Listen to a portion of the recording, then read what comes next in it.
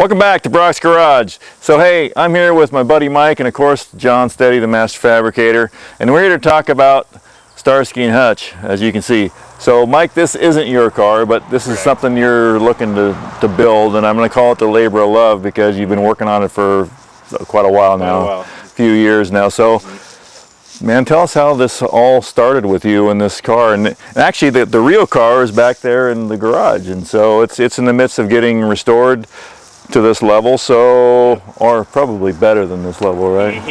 You're doing the work, John. So better the second time. Yeah. Right. Third time's a charm. Right. So start at the beginning, Mike. How did you become into this project? In a nutshell, I always knew since I was a kid I wanted to restore a classic American muscle car, and when I was in elementary school, middle school, I wanted to restore a Mustang, but then I got to high school and everybody had a Mustang, I figured, so I want something original, something different.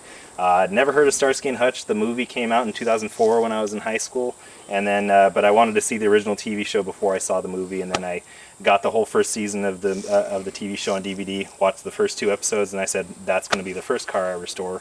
So that was back in 2004, and here we are, 17 years of dream in the making, and hopefully we're getting it done soon. That's awesome. Now your restoration is going to be a little different because you want actually the pilot car.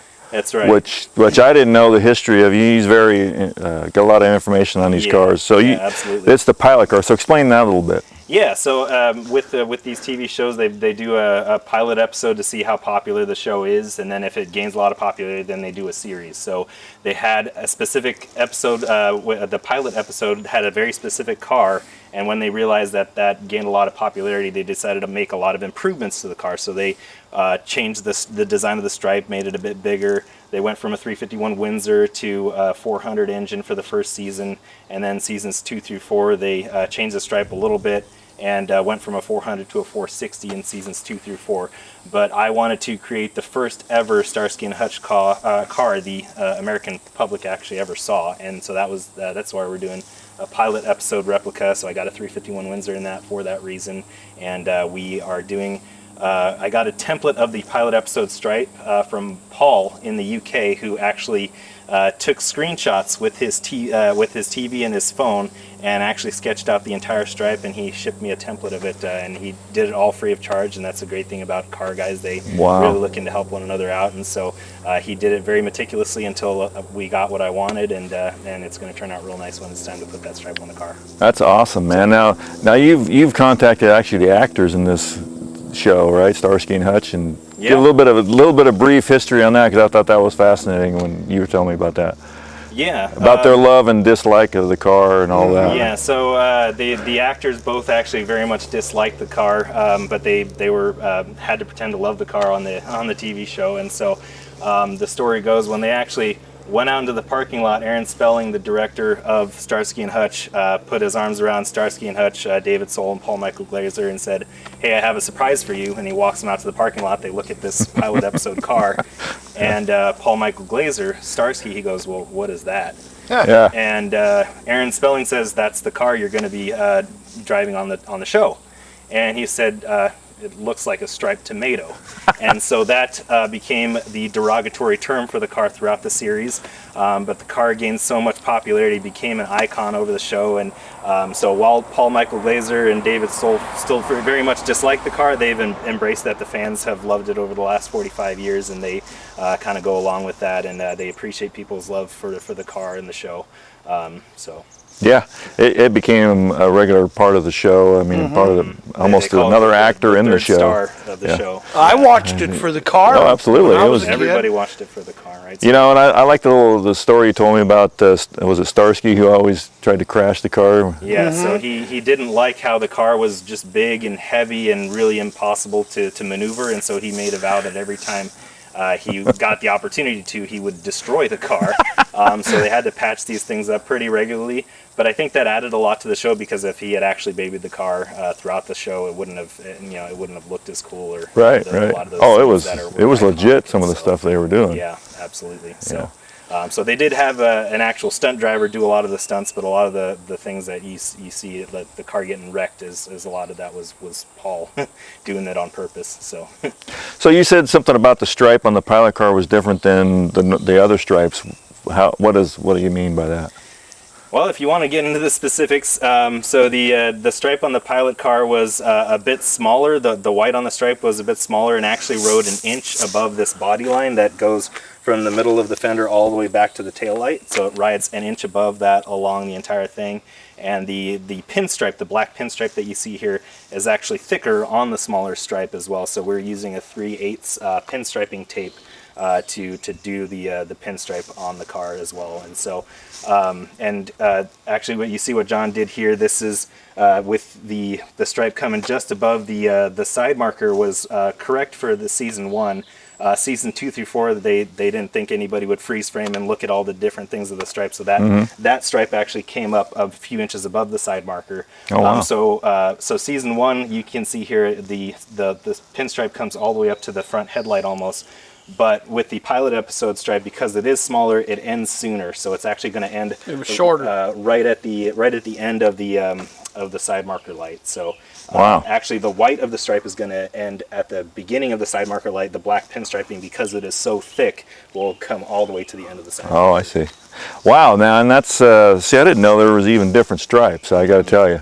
Yeah. Oh, It was yeah. like- And where it curves in the back, the first one was about the center of the tire.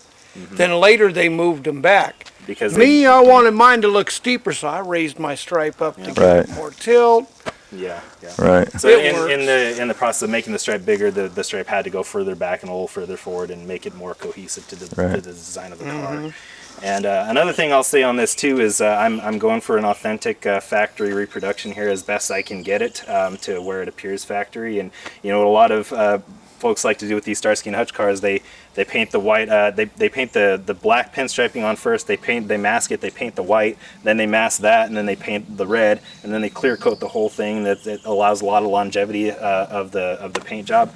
But when these cars came out of the factory, they were painted with the single stage enamel application. That's all I had back then. Yeah, they came out of the factory red, and then the guys on the show said, like, let's just put a stripe on it, so that it came from the factory red. They painted the white on the stripe, and then the black pinstriping wasn't paint, it was actually a black vinyl pinstriping tape. So we're actually doing this as authentic to what it would have been in 1975 when that pilot episode came out in April of 1975. Yeah. My car is actually also a 74, but we're making some minor changes on it to make it replicate a 75. Oh, wow. That is, you really have a lot of information on these cars. So we're going to show you some donor cars, because when you build hot rods and anything like that, you got to have some cars that you take parts off and rob stuff off of. So we're going to show you some of that, and he's going to explain, John and Mike are going to explain all what they did there. Catch you in a minute. So like I said, donor cars, man, they're a have to have. So you got to get parts somewhere. On some of these cars, you can't even get aftermarket parts. They're just non-existent, right? So this is one of the donor cars that was used to put on a lot of parts on this other car, right, John? So what all did you take off this car? Oh, geez. We cut the center section of the cowl out to fix a rotten part on Mike's car. The A-pillar there was pretty ate up on his because he had a vinyl top car, as this was, which kills these cars. But that was good enough that we could put that skin on his and make it work without changing the whole roof. And God, I don't know, a lot of parts. Yeah, trunk section. We took a section of the trunk lip out as well. Both fenders off of this car are getting acid dipped right now. They're going to go on my car as well as the driver fender apron. You see the passenger one still there. The driver one was in good shape, so we already dipped that and powder coated it. And also, actually 2 years ago, he shipped the spindle off of the passenger side so I could get my car back on its wheels. So nice. So this car was a bit too far gone to do a restoration, according to the guy that evaluated it. But a lot of really good parts came off of this car and has paid huge dividends to making this project possible. So. Yeah, as well as other people around the world that need parts because you can't get them for these cars. That's kind of something you do, though. Yeah, you ship these parts, cars, and helping car guys out everywhere. Yep. So not only do the parts from Torinos fit on other Torinos, but the Fairlane, or was it the Rancheros? The Rancheros. So let's go take a look at some of those real quick. Let's walk up that way. Absolutely. So yeah, Rancheros. I didn't know that parts from Ranchero fit on a Torino. That was something I learned talking to you guys. So Yeah, that's right. good information. I had no clue because usually Fords don't interchange with Fords, you know. Yeah, so From- 74 yeah, the to door 76, 74 to 76 Torinos are all very, very much the same. And even the Rancheros, the front end up until the end of the door are the same. The only thing that's different about the door is the window, because you have the, Right. the B pillar coming there. So that's actually a 73 Ranchero, which the door is actually the same as a 74 to 6 Ranchero and Torino. So my driver door actually came off of this donor car as well. So Oh, right on. So you got Ranchero parts on your Torino. one, yep. So that's good information. I had no idea that would even work. Yeah. Just the door pillar part is different. Door pillar part. The is window different, but part. Right, the window Yeah. actually is the same used on like a 77 to 79 T-Bird. The glass is the same that they used on that car. Oh, wow. The body profile is different on the later cars. Oh, I didn't know that. So yeah, the door, the fender, the hood, the windshield, it's all the same. Front end, Bumpers, grill, all that stuff. Grill. front bumper, rear Front, bumper. yeah, from the doors forward is the same. Okay. Yeah. Okay. Yeah, that's good information. Yep. So you actually took the door off of this car and they're using it on your car. That's cool. Right, Yeah. because his was all mangled and messed Yeah, up. I think on my car, the previous owner, they were backing out of a parking lot, took a hard right turn and smashed the fender against a pole or something, which ended up bowing a little bit of the door. So we ended up having to scrap my driver door and fender, and ended up getting the door off of this car and the fender off of that. Yeah, we that can owner's actually donor show as you well. that. It's over in the junk So pile. the doors look pretty good. I saw the work you done on it, John. You did a great job on that. They're in primer and seal coat. Are they seal coated? Not yet. Not yet, It's got to be blocked and sealed. And but they're in good shape. So cool, man. Well, let's go take a look at your Torino, Mike. All right.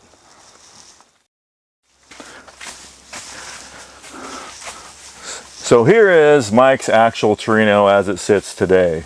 So, John, when you got this car, it was pretty much a completed car in a sense, but it needed tore down all again and, Oh, right. and redone. And we'll get into the fabrication stuff that you've done. But Mike, prior to bringing it here, it had the motor and drivetrain pretty much yeah, that's done. a fresh crate motor, rebuilt AOD for the overdrive, same setup as I have in my car. And he brought it to me full of parts, new parts, used parts, extra parts. So we got enough to work with. Yep. Well, you can never have too many parts No. when you're building these things, man. That's been my experience. Right. But you've done a lot of tear down and fabrication work on this. Give us kind of a sense of what you've done in a real quick minute or two. Well, this, like the orange one, it was a vinyl top car, which is bad for them. It wasn't real bad, but it had some bad spots. So we're making it a hard top, so we had to dig all the stuff out of the seams, make sure that's good, no rust anywheres. There's a couple small holes, but they're repairable. Over there, like I said, the A-pillar, we skinned that with a good piece from the other car because it was rotted. This trunk channel came off another parts car I used to have, was a 4-door, and it was all rotten, and this one was in better shape, so I grafted that all in, welded up all the holes. Yeah. We're doing a section on the floor now. A-pillar. Yeah, and I got the A-pillar. Oh, and then the section of the trunk, he had some rust holes under the seal. That came off the orange car as well. And then I still got some more on the floor to do, but you'll see that one in a minute where we cut out the bad spot and then I fabbed a piece up. Then to keep it all Ford, I used parts off my old Torino hood. Nice. So it's all Ford metal. Right. So keeping these cars alive is really Right. a great thing, and I think it's really cool. Now your Torino, not to compare because you said, Mike, yours is going to be better than his, but that's just an Well, inside good joke. try. Inside joke, you know. Yeah. But your Torino kind of started the same way, right? Oh yeah. Was it worse or better than this It one? was worse. I mean, I didn't have a vinyl top, but my floors were terrible. I mean, tools, pop cans would fall out behind the seat. It was so bad. No, You well, also didn't have these parts cars when you did your No, car no. either, I right? bought from eBay and wrong stuff. People list stuff wrong. So I was at the mercy of that. And the quick story behind that was the guy I bought my car from, my buddy Dave, he said, oh, you won't find these little pieces. First thing I found, sheer luck. I've never seen another set come up. And then I started buying parts and doing it. Well, my stepbrother was with me when I bought the car, and he's like, hey, did you get hold of that guy and show him how his car turned out? I emailed him. I never heard back. One day I see him on Facebook. So I messaged the guy, and he's like, I didn't have no Ford, I'm a Dodge guy. And I said, no, it's a black car. This one? Yeah. And we became good friends ever since. He liked it so well, he bought the orange car. Oh, wow. And his body guy said, yeah, we can fix that. And then at the last minute, he said, no, I ain't going to work on that car. So me and Dave found another car, and I loaned him a little money to buy that car. It needed work, but it already had the paint on it. You know, it's a nice driver. So I got the orange car to part out to get my money back out of that. Well, that worked out. And he had bought a really rusty parts car just for the seats, because that car didn't have any seats. So these car parts for the Torinos in general are hard to find. Is that what you're saying? Yeah. Yeah, now if you got a Chevelle, a Camaro, you can buy this piece. You can buy this You can piece. buy a whole car out Biscay, of a that's been my catalog. friend. Yeah, Chevelle. Mustang, you buy a car out of catalog, same Yeah, with Corvette, right. but these, no. Very limited on what's reproduced. Well, cool. So here it is. It's going to be an awesome car. We're going to keep you guys updated on how it turns out, and you know, over the course of time, it's going to be a badass Starsky and Hutch car. So kick ass, man.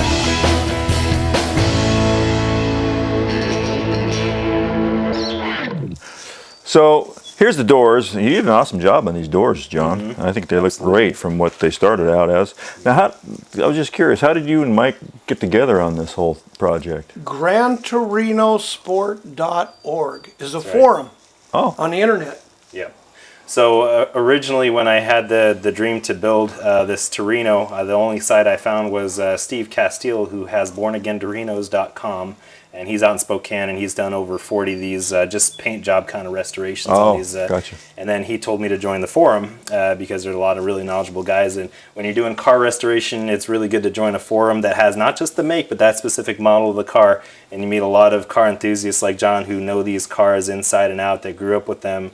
And so he and I, and so he and I met on the forum, and he started giving me a lot of really good advice along the restoration, and had a lot of parts that he ended up shipping me. And then it got to the point where the restoration was beyond what I could personally do. So I said, instead of shipping me parts, let me just bring you the car. So it's easier to walk out and put it on than ship it to you. Yeah, right, absolutely. Yeah. So I brought this car up to him December of 2019, so he's had it since then, and I came up for the entire month of June this month of 2021, spent the month up here, worked my job remotely, and also joined a shout out to CrossFit Century. I joined a gym there for about a month, and so you got to move here now. Yeah, right. Yeah. So well, you were like 300 pounds when you started, right? That was a month ago. A month ago, yeah. So along with my passion for cars, I'm also very passionate about fitness and CrossFit, and they were a phenomenal community that took me in for a month. So highly recommend, if you're stopping by through Centralia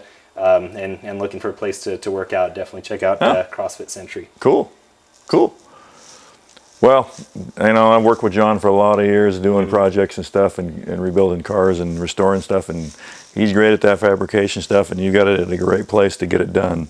Yeah, and that's how I found out about the forum, you know, searching for parts, and it popped up, so I started reading it. It's like, they seem like some cool guys, so I joined and posted some pictures of mine, and everybody's like, oh, dude, nice car. And, you know, they got parts too, and it kind of went from there, and I've been on there the whole time since I've done my car, and now I'm a moderator on there. Yeah, networking, man, it's great stuff, especially when you're looking for car parts and car information on cars. Man, it's the best thing you can do. And the nice thing about the forum, you post a picture or information, you can go back and find it.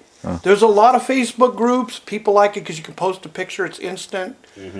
Try finding it 5 minutes later. Yeah. The forum, it's there, you know? Yeah. So. Good stuff.